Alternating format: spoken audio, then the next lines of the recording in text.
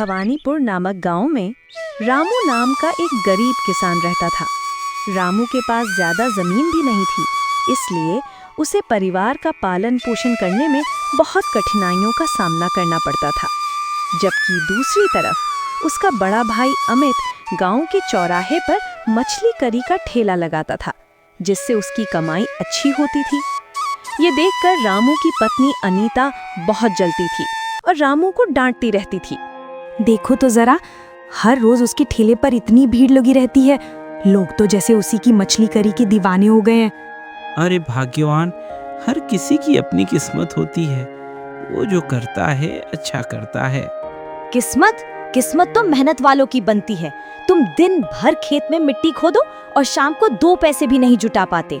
उधर तुम्हारा भाई अमित मजे में नोट गिन रहा है।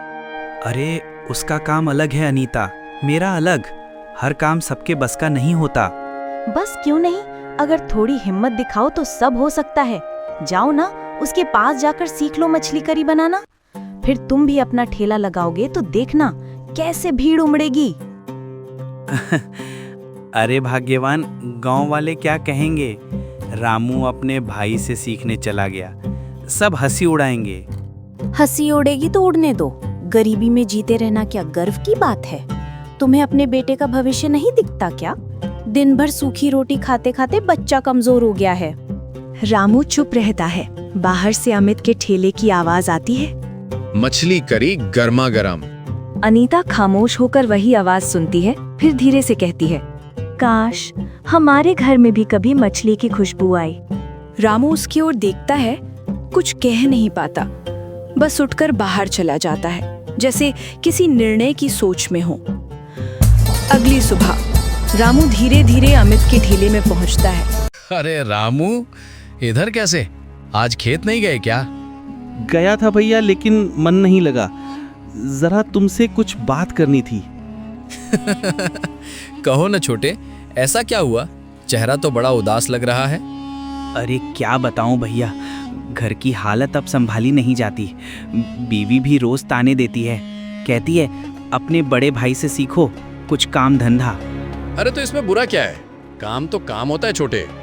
अगर मन हो तो यहीं रह जाओ, 2 दिन में सब सिखा दूं। नहीं भैया, मैं तो यूं ही पूछने चला आया था।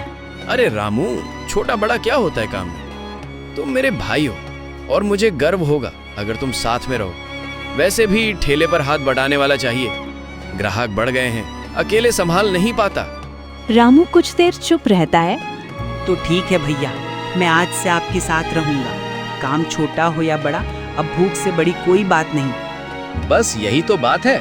चलो भाई, आज तुम्हारे हाथ से पहली बार मछली करी बनवाते हैं। उस दिन से रामू भी ठेला में रहने लगा।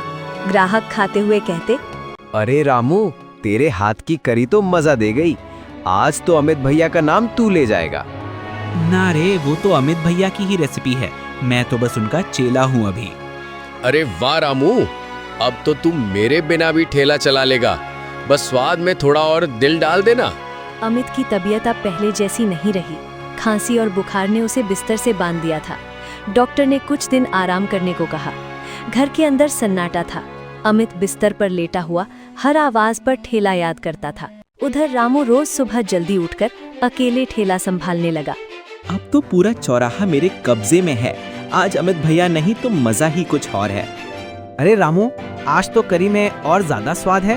क्या मसाला बदल दिया क्या?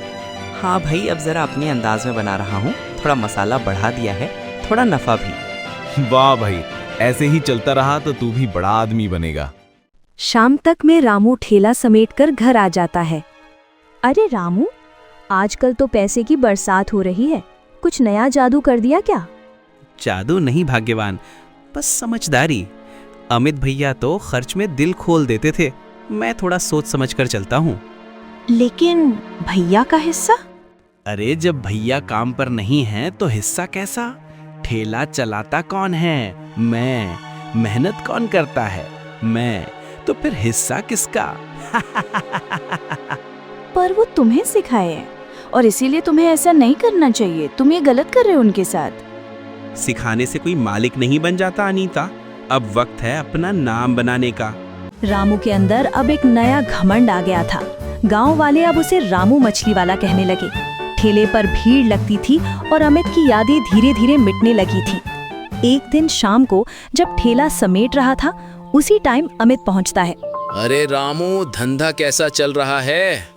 भैया आप आ गए। बस ऐसे ही चला रहा हूँ ठेला, ताकि बंद ना हो। अच्छा कर रहा है, पर हिसाब रख रहा है ना? कल डॉक्टर के पैसे भी देने हैं। हाँ भैया, सब लिखा है, चिंता मत करो, सब सही है। अमित के आंखों में कुछ शक उतर आता है। शाम को घर लौटने के बाद रामू की रात बेचैनी में गुजरती है। रामू, लेकिन ये अमित भैया बार बार हिसाब क्यों पूछते हैं? अब तो तू ही सब चला रहा है। बस यही बात तो मुझे भी अखड़ती है। अब उनका हक क्या रह गया है? ठेले पर उनका नाम मिटा दो, अब सब तेरा है। रामू रात को देर तक बैठा रहा और अगले दिन ठेला में अपना नाम लिखवाया, रामू फिश करी वाला। अमित ठेले में पहुंचता है तो देखकर हैरान था। वो कहता है, ये क्या किया रामू? मेरा नाम मिटा दिया? भैया अब ये ठेला मेरा है, महीनों से मैं ही चला रहा हूँ। अब अपना नाम रखने का हक तो बनता है ना। रामू, मैंने तुम्हें सिखाया और तुमने ही मेरा नाम मिटा दिया। इतना बड़ा विश्वासघात मैंने कभी नहीं सोचा। नाम से पेट नहीं भरता भैया, अब वक्त बदल गया है। अमित कुछ नहीं कह पाया। उसकी आंखों में आंसू थे। वो धीरे धीरे वहां से चला गया। अमित ने पीछे देखा भी नहीं। अमित घर पहुंचकर गहरी चिंता में पड़ गया।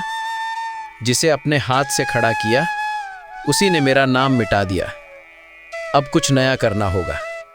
अगली सुबह नया ठेला लगाया, जिसमें लिखा था अमित मटन बिरयानी वाला। अब खेल बराबरी का होगा रामू। घी और मसालों की खुशबू से चौराहा महक उठा। अरे नया ठेला, मटन बिरयानी। हाँ भाई, आज से बिरयानी का जमाना है। अरे भाई जल्दी से 1 प्लेट मटन बिरयानी लगा दो। हाँ भाई जरूर। फिर ग्राहक खाने लगे और कहने लगे, भैया क्या स्वाद है, ये तो लाजवाब है। कुछ ही देर में ठेला लोगों से घिर गया। अमित की आंखों में चमक लौट आई। भाई मुझे पार्सल ले जाना है, पैक कर दो। उधर रामू का ठेला खाली पड़ा था। वो हैरान होकर देखता रहा। अरे ये क्या, ये सब लोग उधर क्यों जा रहे हैं? लगता है अमित भैया ने कुछ नया शुरू किया है। वो बीमार था, अब क्या बेच रहा है? मेरे ठेले के सामने ठेला खोल दिया। रामू भाई, तेरे ठेले पर सन्नाटा क्यों? बिरयानी खाई क्या? बस शुरुआत का जोश है। अरे भाई जोश नहीं, स्वाद है, एक बार चख के देखो। रामू के ठेले पर एक भी ग्राहक नहीं। उधर अमित का ठेला जगमगा रहा था। पता नहीं ऐसा क्या जादू है जो सब ग्राहक बिरयानी खाने ही जा रहे। अब रामू का ठेला ठप हो चुका था। शाम ढल चुकी थी। रामू दूर से अमित को देखता रहा। वो उठकर धीरे धीरे उसके ठेले तक पहुंचा। भैया मैं गलत था, माफ कर दो। अब समझ आया विश्वासघात करने से क्या होता है। मैं कुछ दिन बीमार क्या पड़ गया, तुम तो मेरा पेट में लात ही मार दिया। अब जाओ यहाँ, फिर कभी मत आना।